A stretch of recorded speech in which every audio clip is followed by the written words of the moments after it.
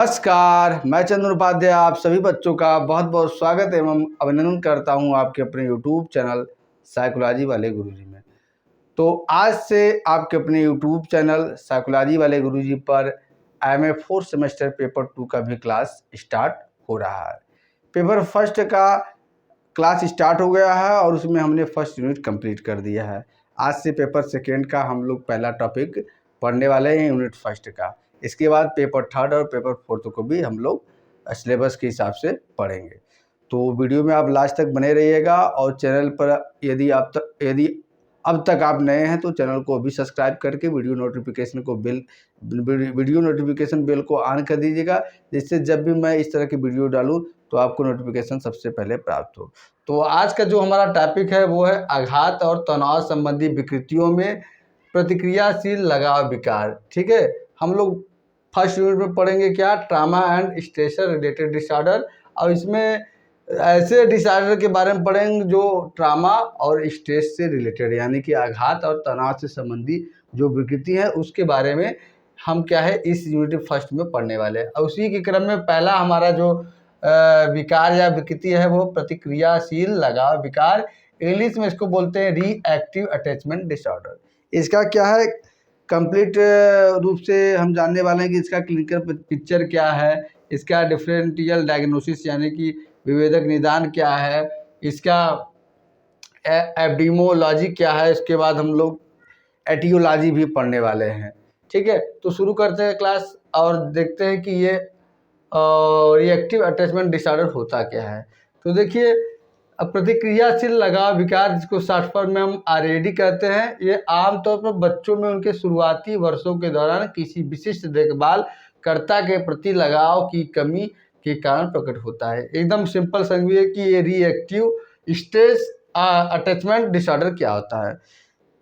मतलब ये क्या है, ये प्रतिक्रियाशील लगाव विकार किसके होता है, बच्चों में पाया जाता है। ठीक है, और बच्चों में भी कभी होता है उनके शुरुआती वर्षों के दौरान उनके जो देखभाल करते हैं, यानी कि पेरेंट ही ज़्यादा देखभाल करते हैं, उनके द्वारा यदि अच्छे से उनको प्यार न मिले, दुलार न मिले, ध्यान न मिले, तो क्या होता है उनके अंदर रिएक्टिव अटैचमेंट डिसऑर्डर उत्पन्न हो जाता है। अगर लक्षणों की बात करें तो इसमें लक्षणों में क्या होता है, भावनात्मक बंधन बनाने में कठिनाई, मतलब दूसरे से इमोशनल अटैचमेंट वो बच्चा नहीं कर पाता है, इसमें दिक्कत होता है। शारीरिक स्पर्श से बचना, लोग उसे अगर टच करते हैं तो उससे क्या है बच्चा दूर होना चाहता है, बचना चाहता है। आराम के प्रति प्रतिक्रिया की कमी, यानी कि आराम करने के लिए जो एक्शन या तो जो गेस्चर होते हैं वो उसकी भी कमी पाई जाती है। मतलब अगर कोई व्यक्ति, हम कहेंगे कि हमको आराम करना है, तो उसके कुछ गेस्चर होते हैं ना, तो उसमें भी क्या है वो रिएक्शन नहीं करेगा बच्चा। और कभी कभी क्या है ऐसा बच्चा आक्रामक व्यवहार दिखा सकता है। तो रिएक्टिव अटैचमेंट डिसऑर्डर यानी कि प्रतिक्रियाशील लगाव विकार, ये किस में पाया जाता है, यह बच्चों में पाया जाता है। और बच्चों में भी कब पाया जाता है, शुरुआती वर्षों के दौरान पाया जाता है।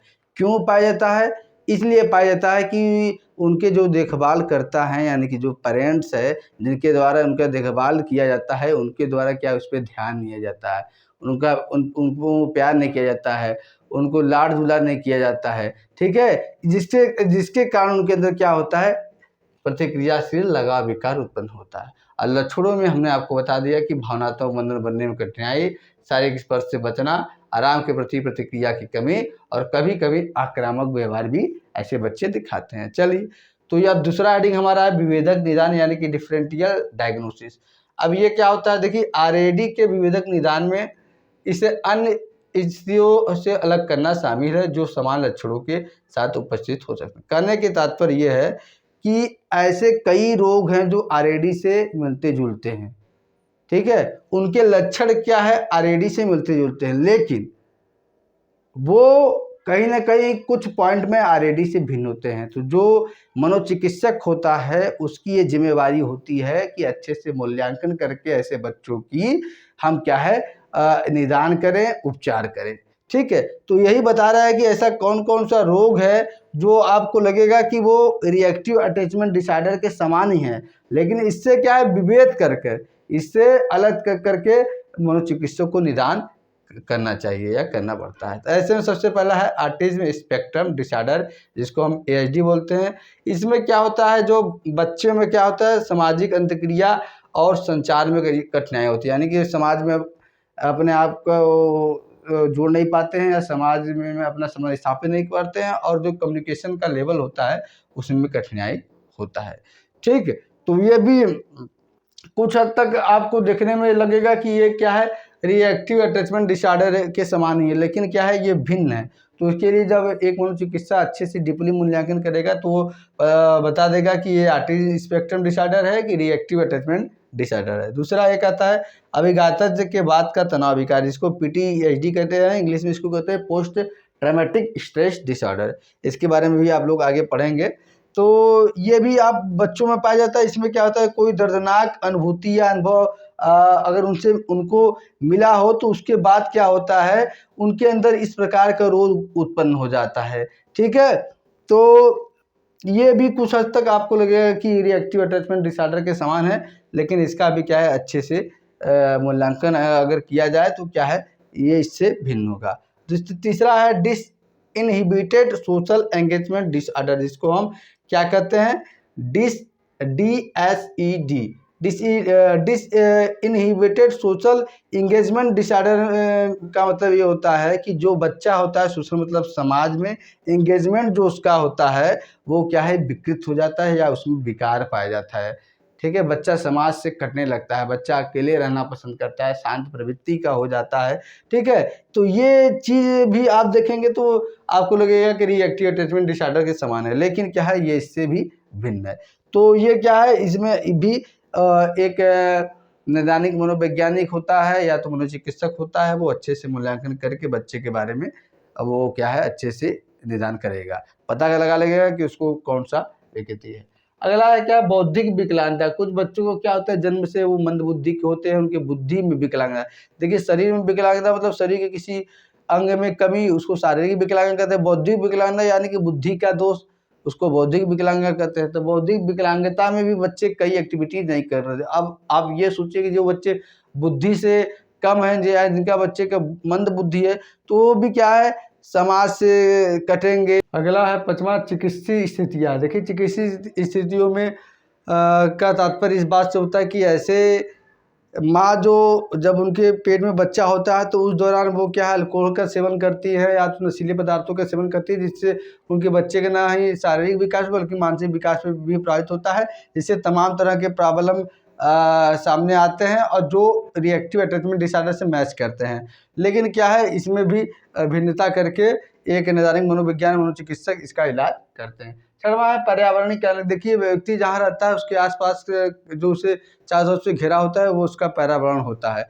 तो पर्यावरण उसको किसी न किसी रूप में प्रभावित जरूर करता है। पहला तो परिवार का पर्यावरण होता है। अगर परिवार से बच्चों को क्या है, उनको नेगलेक्ट कर दिया जाए, उनको ध्यान न दिया जाए, समाज तिरस्कृत करे, हीन भावना से देखे, तो ऐसे बच्चों में भी तमाम तरह की विकृतियाँ उत्पन्न हो जाती है और उनमें लक्षण क्या है, कुछ हद तक रिएक्टिव अटैचमेंट डिसऑर्डर से मिलते हुए जुलते होते हैं। लेकिन इसमें भी भिन्नता करके हम क्या है, अच्छे से बच्चों का मूल्यांकन कर सकते हैं।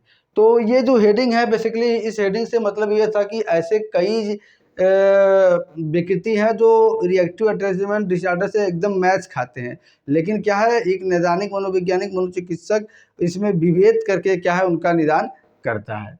अब अगला हमारा जो इसमें है, हमको पढ़ना है महामारी विज्ञान यानी कि एपिडेमियोलॉजी।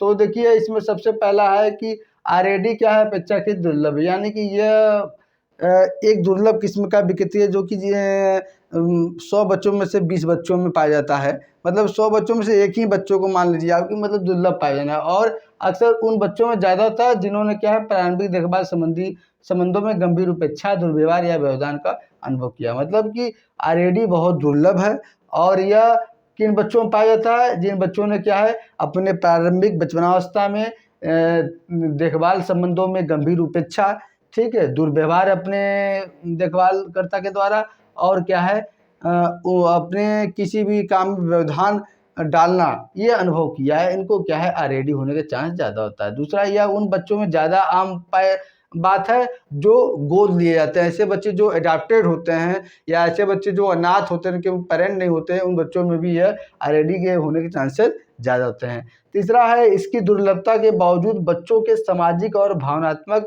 विकास में क्या है ये बहुत बाधा पहुंचाती हैं। अगर समय रहते इस पर ध्यान नहीं दिया गया तो ये इसके दीर्घकालिक परिणाम भी हो सकते हैं, मतलब ये लंबे समय तक किसी भी बच्चे में हो सकते हैं। ये बच्चे के सोशल और इमोशनल डेवलपमेंट को बहुत हद तक क्या है प्रभावित करते हैं, उसको डिस्टर्ब करते देते हैं। तो ये क्या है आपके रिएक्टिव अटैचमेंट डिसऑर्डर का एपिडेमियोलॉजी यानी कि महामारी विज्ञान है। अब इसके बाद एक और इसमें हमको पढ़ना है, हेडिंग क्या पढ़ना है, रिएक्टिव अटैचमेंट डिसऑर्डर का एटियोलॉजी यानी कि इसके कारण क्या होते हैं, किन कारणों से होता है। तो वीडियो में लास्ट तक बने रहेगा और चैनल को अपने अभी तक सब्सक्राइब नहीं किया है तो चैनल को प्लीज़ सब्सक्राइब करके वीडियो को लाइक और ज़्यादा से ज़्यादा शेयर करें। आइए अब हम बात करेंगे etiology of reactive attachment disorder. देखिए एटियोलॉजी को क्या क्या कहते हैं, आप अपने सिलेबस में देखेंगे तो एटियोलॉजी है, ठीक है, इसको हम इटियोलॉजी भी कहते हैं, इसको हम काजेस भी कहते हैं, इसको ओरिजिन भी कहते हैं। तो मेन क्या हमको जानना है कि आरएडी के कारण क्या होते हैं, किस कारण से क्या है बच्चों में रिएक्टिव अटैचमेंट डिसऑर्डर यानी कि प्रतिक्रियाशील लगाव विकार पाया जाता है, इसी के बारे में हम बात करें। और कुछ यहाँ पे हमने क्या है मेन या आप इसको हेडिंग समझ लीजिए, पॉइंट समझ लीजिए, इसको लिया है, इसी के माध्यम से आपको समझाने वाला हूँ। सबसे पहला जो मेन कारण होता है इस रिएक्टिव अटैचमेंट डिसऑर्डर के होने में वो है शुरुआती देखभाल के अनुभव। मतलब बच्चे जब अपने प्रारंभिक अवस्था में होते हैं यानी इसको बचपना अवस्था कर लीजिए, उसमें जो बच्चों के देखभाल करते हैं उनके माता पिता, यदि उनके द्वारा क्या है उनको अच्छे तरह से परवरिश नहीं किया गया, उनका क्या है लाड प्यार अच्छे से नहीं किया गया, दुलार अच्छे से नहीं किया गया, उन पे ध्यान नहीं दिया गया और क्या है उनको मतलब एक तरह से नेगलेक्ट कर दिया गया, तो उससे जो उनकी अनुभूति मिलती है, जो दर्दनाक अनुभव मिलते हैं, जिससे क्या होता है उनके अंदर धीरे धीरे रिएक्टिव अटैचमेंट डिसऑर्डर के जो लक्षण क्या है वो पनपने लगते हैं। दूसरा देखिए क्या है जैविक कारक, जिसको हम बायोलॉजिकल फैक्टर कहते हैं। जैसा कि आप जानते हैं कि जैविक कारक जहाँ आएगा मतलब कि जन्म से ही प्राप्त होने वाला कारक जैविक कारक है। और जन्म से कैसे प्राप्त होगा, माता पिता के द्वारा बच्चों को जो प्राप्त होता है उसको जो भी जिन्स के माध्यम से गुण प्राप्त होता है उसे ही हम क्या है आनुवंशिकता बोलते हैं। तो आनुवंशिकता के माध्यम से बच्चों को क्या है कुछ ऐसे सिम्टम्स प्राप्त हो जाते हैं माता पिता के द्वारा बच्चों में जो माता पिता में भी अवेलेबल होते हैं, ठीक। तो उनके कारण से भी रिएक्टिव अटैचमेंट डिसऑर्डर होने के चांसेस ज़्यादा होते हैं। तीसरा है प्रसव पूर्व और प्रसवकालीन कारक। एकदम ध्यान से समझिए, प्रसव पूर्व यानी जब बच्चा का डिलीवरी नहीं हुआ है, माँ के गर्भ में है, तब कैसे होगा, जब बच्चा माँ के गर्भ में है तो उस दौरान यदि माँ क्या है अल्कोहल का सेवन करती है, मादक पदार्थों का सेवन करती है, निगेटिव चीज़ों का आचरण करती है, तो इससे बच्चे में रिएक्टिव अटैचमेंट डिसऑर्डर होने के चांसेस बढ़ जाते हैं। और प्रसवकालीन कारक यानी कि प्रसवकालीन यानी कि जब क्या है बच्चे का डिलीवरी हो रहा है तब उस दौरान कौन सा फैक्टर हो, उस दौरान क्या है कई फैक्टर होते हैं। जैसे क्या है आजकल जो डॉक्टर सीजर से बच्चों का डिलीवरी करवा देते हैं, ठीक है, माँ कमज़ोर है तो बच्चों का विकास नहीं होता है, कुपोषण के शिकार हो जाते हैं, जिससे क्या है रिएक्टिव अटैचमेंट डिसऑर्डर होने के चांसेस बढ़ जाते हैं। चौथा क्या, संस्थागतकरण। संस्थागतकरण क्या है कि आज के समय में कई ऐसे आपको अनाथालय देखने को मिल जाएंगे जिसमें क्या है ऐसे बच्चे रहते हैं जिनके माता पिता नहीं हैं या जिनके माता पिता ने उनको छोड़ दिया है, ठीक है।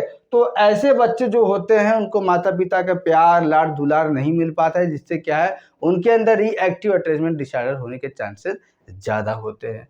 पांचवा है आघात और दुर्व्यवहार। यदि बच्चे को किसी कारण से कोई क्या है चोट पहुंची हो, कोई आघात लगा हो और उनके साथ क्या है कोई दुर्व्यवहार किया हो, जैसे शारीरिक शोषण, यौन शोषण, बाल मजदूरी, इस तरह का व्यवहार किया हो, तो ये भी क्या है बच्चे के अंदर रिएक्टिव अटैचमेंट डिसऑर्डर होने के चांसेस को बढ़ा देते हैं।